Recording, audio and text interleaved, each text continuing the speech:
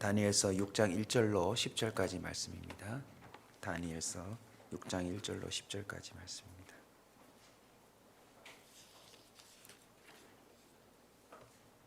구약성경 1242쪽입니다.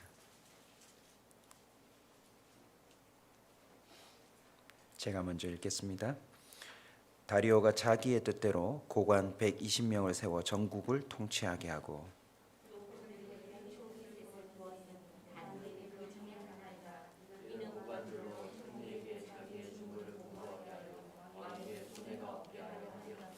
다니엘은 마음이 민첩하여 총리들과 고관들 위에 뛰어나므로 왕이 그를 세워 전국을 다스리게 하고자 한지라.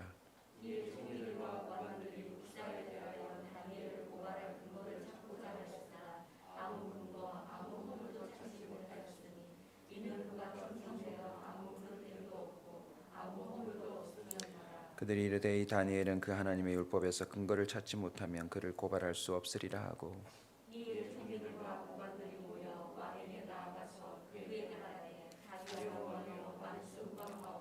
나라의 모든 총리와 지사와 총독과 법관과 관원이 의논하고 왕에게 한 법률을 세우며 한 금령을 정하실 것을 구하나이다.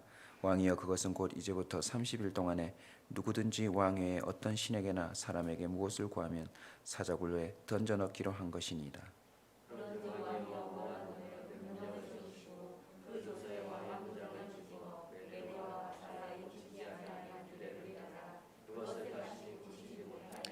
함께 했습니다. 이에 다리오 왕이 조서에 왕의 도장을 찍어 금령을 내니라. 아멘. 10절도 할까요? 다니엘이 이 조서에 왕의 도장이 찍힌 것을 알고도 자기 집에 돌아가서는 윗방에 올라가 예루살렘으로 향한 창문을 열고 전에 하던 대로 하루 3번씩 무릎을 꿇고 기도하며 그의 하나님께 감사하였더라. 아멘. 충성의 기쁨. 오늘 기도 11조 둘째 날 말씀의 제목은 나의 아름다운 변화입니다. 충성의 기쁨 첫 번째 다시 한번 되짚어 우리 마음속에 새기고 갑시다. 주인의 것을 내 것처럼 누리며 살아갈 수 있습니다.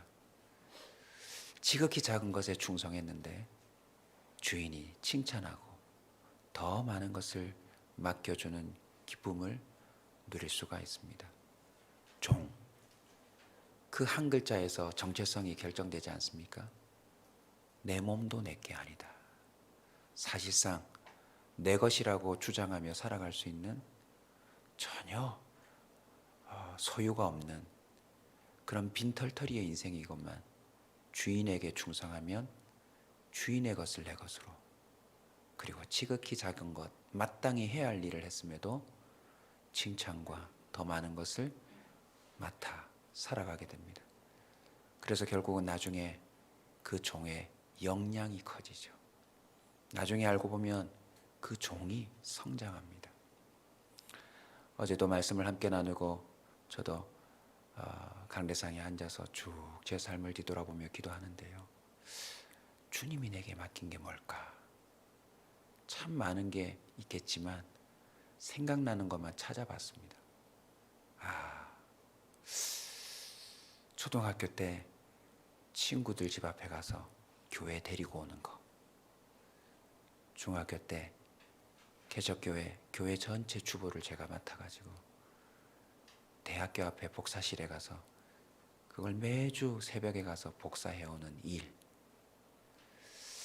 대학부 때 임원을 맡았던 거, 찬양 인도를 맡았던 거, 쭉 생각해 보니까요, 지극히 작은 것 하나에서 하나님이 저에게 하나하나를 맡겨주셨는데 그 일을 끝내고 나니 그 유사한 일인데 좀 더 책임이 있는 일들을 하나하나 맡겨주셔서 지나고 보니까 그게 내 삶이 되었구나.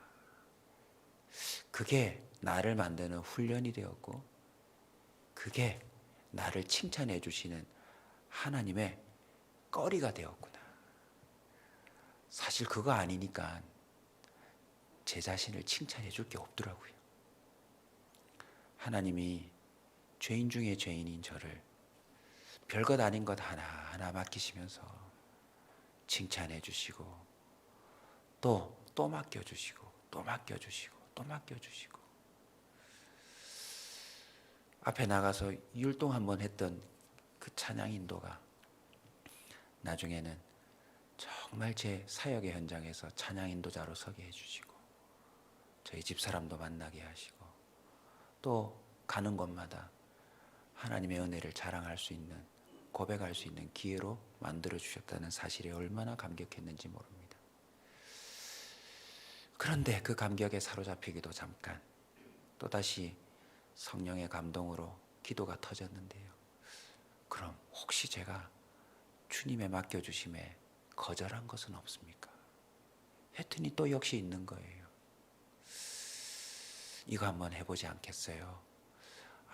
전도사님 이거 한번 꼭 좀 하시면 좋겠다고, 목사님 이렇게 하시면 좋겠다고, 이거 한번 도와주시면 좋겠다고 했는데 제가 개인적인 것이라 말할 수 없지만 내가 그걸 순종했으면, 그 맡겨주는 일을 순종했으면 내 인생은 또 어떻게 바뀌었을까 하면서 얼마나 주님 앞에 회개가 되든지요.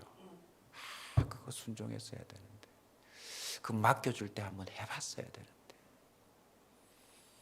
그러면서 마지막 기도가 하나님, 제 남은 삶에는 주님 시키는 대로만 하겠습니다. 한번 따라 합시다. 토달지 않겠습니다. 투덜대지 않겠습니다. 원망하지 않겠습니다. 사람과 다투지 않겠습니다. 주님의 주권을 인정하겠습니다. 주님의 주권이 뭡니까?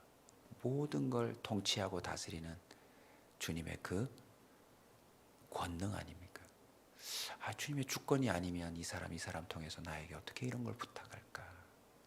죄 짓는 게 아니라면, 괜히 교만을 떠는 게 아니라면, 하나님 말씀에 위배되지 않는다면 하나님의 주권으로 나에게 맡기시는 줄로 믿고 제가 무엇이든지 순종하겠습니다. 대신 하나님이 맡기셨다는 것만 확실히 알도록 깨닫게 해주십시오. 그 기도를 하고 있는데 오늘 둘째 날 말씀을 주셨어요. 원래는 다른 본문으로 설교하려고 했는데 이 말씀이 딱 떠올랐습니다. 주님의 명령에 충성하면 어떤 기쁨이 있는 줄 아세요?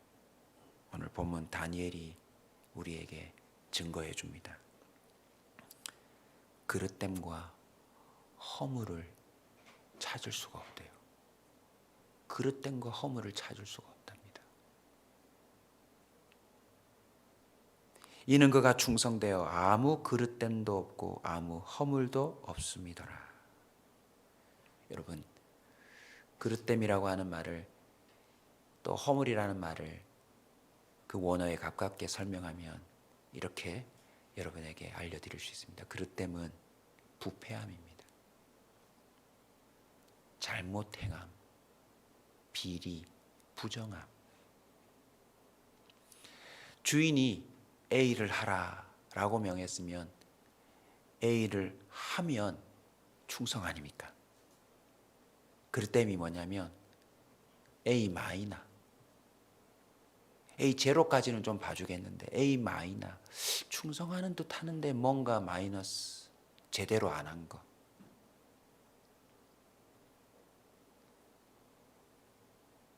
충성은 곧 주인의 입장에서 볼 때 바르게 사는 삶과 연결되어 있습니다. 바르게 하는 것. A를 하라고 했으면 A 하는 것, B를 하라고 했으면 B 하는 것. 거기에 내 생각, 내 지식, 또 다른 이런저런 토를 달거나 붙이거나 떼는 것 없이 그대로 해내는 것을 의미합니다. 여러분, 충성하면 떳떳하고 당당한 삶을 살아갈 수가 있습니다. 적어도 주인 앞에서. 흠잡을 데가 없어지는 그 삶을 산다는 게 얼마나 기쁨입니까, 여러분? 저와 여러분의 삶 속에 기쁨이라는 게 사라질 때 한번 추적해 보십시오. 내가 뭔가를 잘못했을 때예요. 내가 뭔가를 잘못 생각하고 잘못 말하고 잘못 행동했을 때 나 자신뿐만 아니라 주변의 사람들도 기쁨을 잃어버리는 걸 발견할 수 있을 것입니다. 그런데요, 주인의 그 명령에, 말씀에 제대로 그릇됨이 없이 충성하면 그 마음에 그렇게 기쁠 수가 없어요. 오늘 본문 보시면 한 왕이 120명이라고 하는 특별한 종을 불러냅니다. 나라를 쪼개어서 그들에게 다스리라고 명하는데 그들 중에 특별히 총리 셋을 구별해내요. 근데 그 중에 다니엘이 민첩했대요. 다른 말로 말하면 탁월했답니다. 그리고 그 탁월함을 추적해보면 그 원어의 의미가요, 그 영적인 분별력을 말한대요. 민첩하다는 게 지금 뭘 해야 될지, 뭘 준비해야 될지, 무엇을 빨리 선택해야 될지를 아는데 요셉의 삶 가운데서 이 다니엘의 민첩함을 추적해야 찾아내보면 하나님의 영에 감동된 거예요. 하나님의 영에 감동된 거. 주인이 A를 하라 이러면 네, 그것 하겠습니다 하고 내 영을 주인의 그 영과 다 일치하여 순종하는 게 충성인데, 우리의 영으로 하면 어떻게 하죠? 주인이 왜 저런 말 하지? 왜 저런 걸 나한테 시키지? 이 뭔가 영이 안 맞아요. 맞지를 않아요. 거기서 바로 그릇됨이 나오는 겁니다.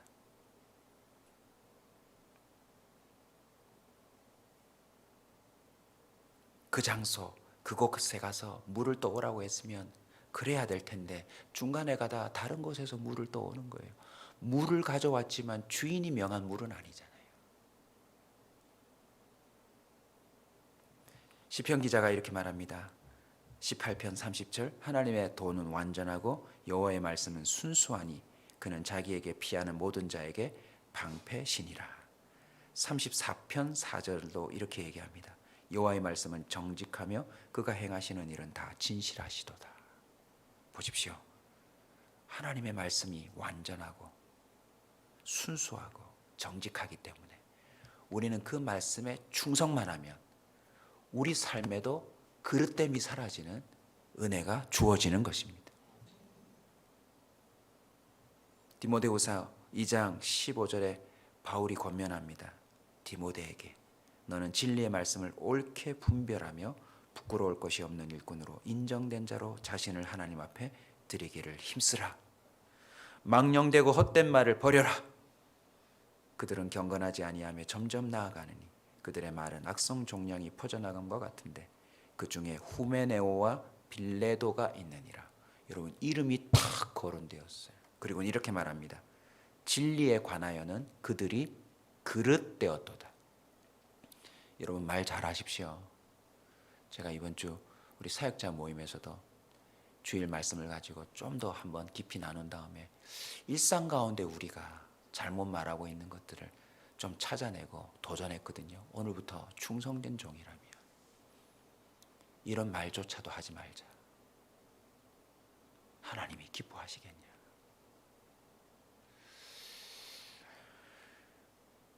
진리에 관하여는 그들이 그릇되었도다. 이 얼마나 속상한 일입니까? 그리고는 어떤 사람들의 믿음을 무너뜨리느니라. 저와 여러분이 충성하지 않으면요, 또 다른 사람의 믿음을 무너뜨리는 도구가 될 수도 있대요. 오늘부터 하나님 말씀에 무엇이든지 충성하기로 결단해 보십시오. 그러면 우리의 생각 속에, 우리의 말 속에, 우리의 삶 속에 있는 그릇됨이 하나씩 하나씩 사라지는 은혜와 기쁨이 있을 줄 믿습니다. 허물은 무엇인가? 허물은 태만이라는 단어와 연결됩니다. 태만.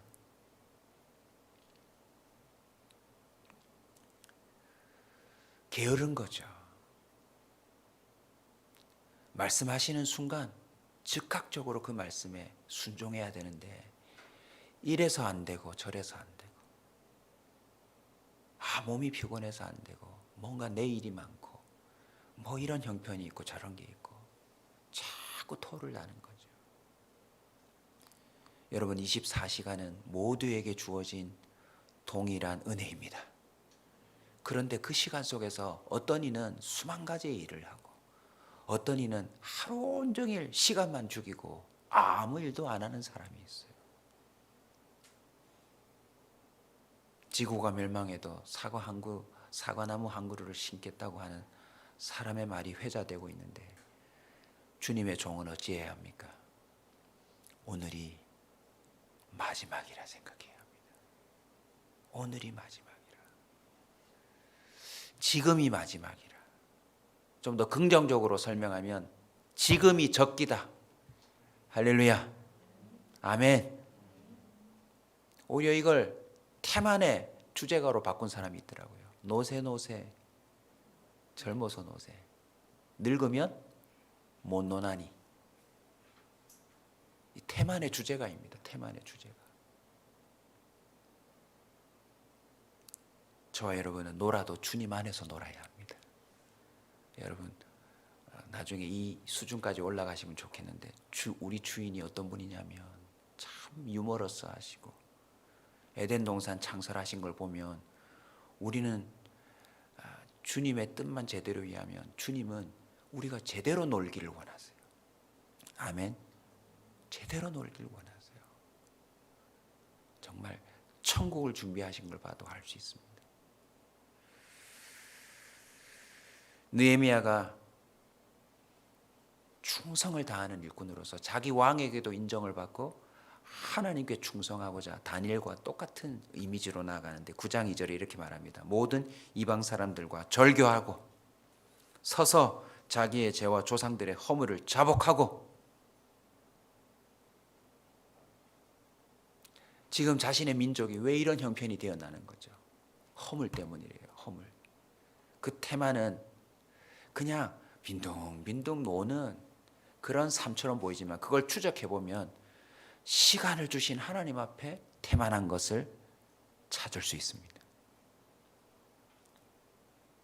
하나님이 오늘도 내게 시간을 주시고 오늘 마지막으로 나를 부를 수도 있다라고 하는 것을 생각한다면 알바를 하든 어디서 직업을 얻어서 하든 얼마나 열심히 살겠습니까? 아멘.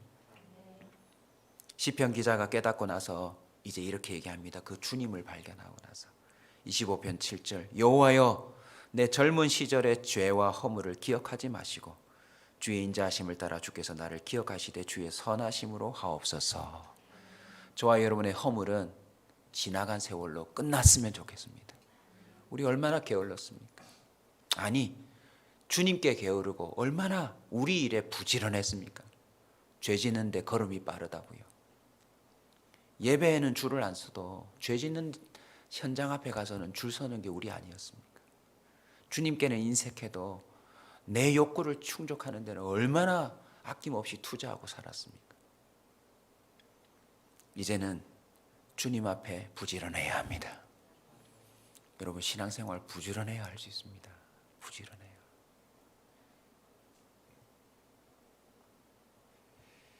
빌립보서 1장 10절입니다. 바울이 주님 앞에 정말 충성하는 캐치프레이즈를 걸었죠.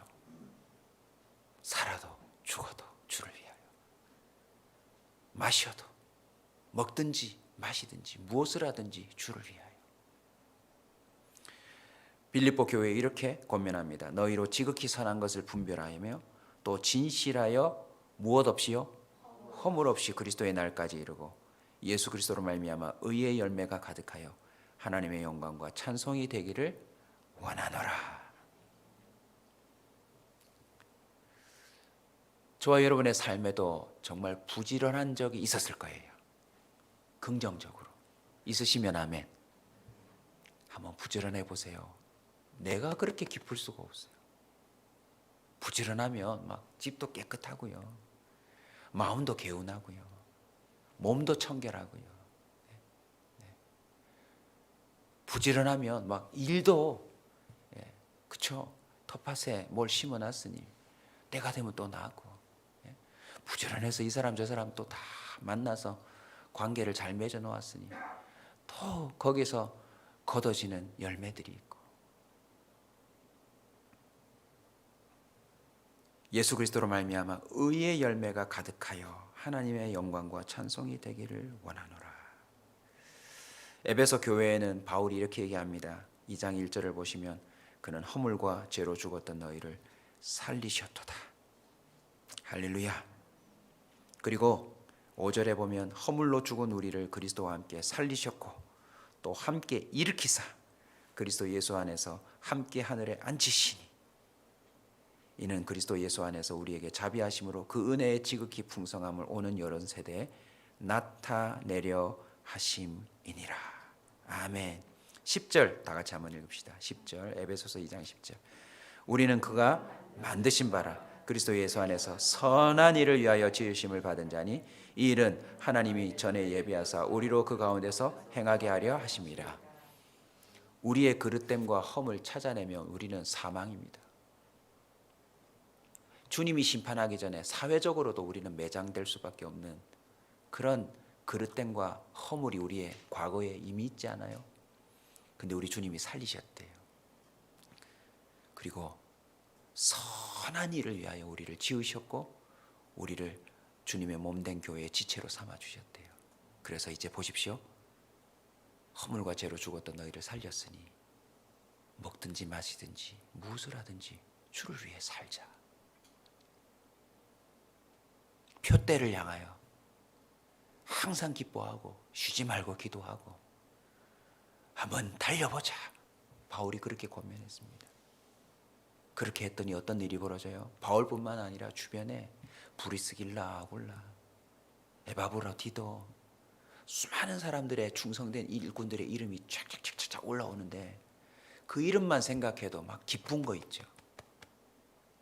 막 그 사람만 생각해도 기쁜 거 있죠. 저도 우리 교회 충성하는 일꾼들이 참 많은데요. 정말 어제 농담이 아니라 제가 뭔가 가지면 막 주고 싶어요. 왜요? 그 충성됨이 너무너무 기쁘니까.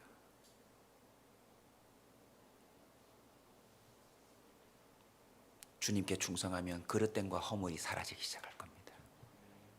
그리고 선한 일을 위하여 명하셨기 때문에 저와 여러분의 수준이 달라지는 너무너무 아름답게 변하는 기적이 일어나서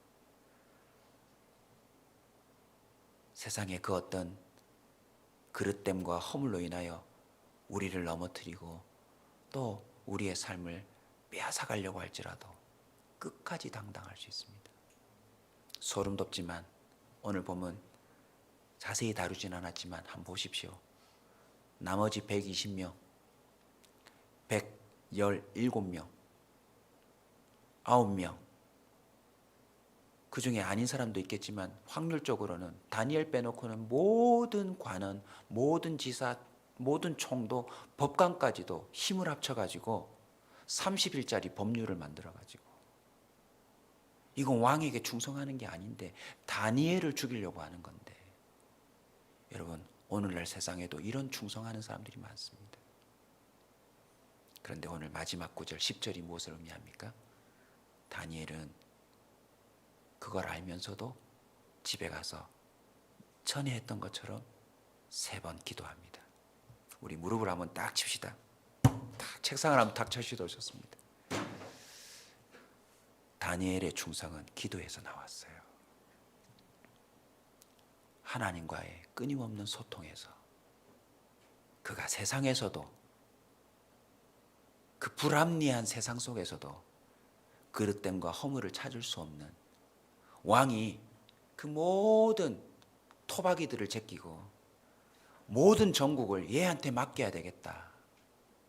10고을이 아니라 나라 전체를 이 포로로 잡혀온 이 출신에게 맡겨야 되겠다라고 하는 결정을 내린 거죠.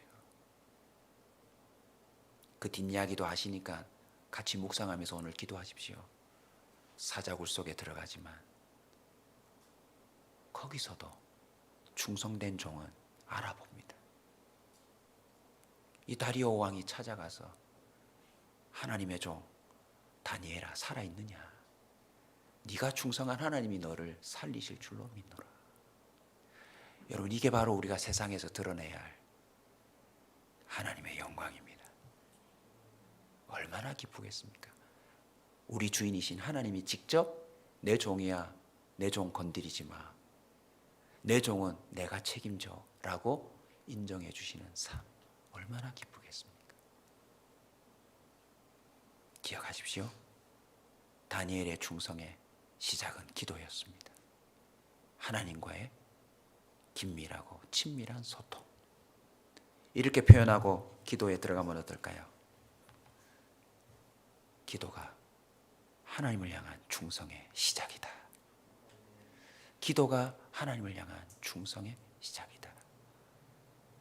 마지막까지 정말 충성스럽게 살다가 간 목사님, 선교사님, 장로님, 권사님, 집사님들의 공통점이 뭡니까? 그들은 하나같이 기도의 사람들이었습니다.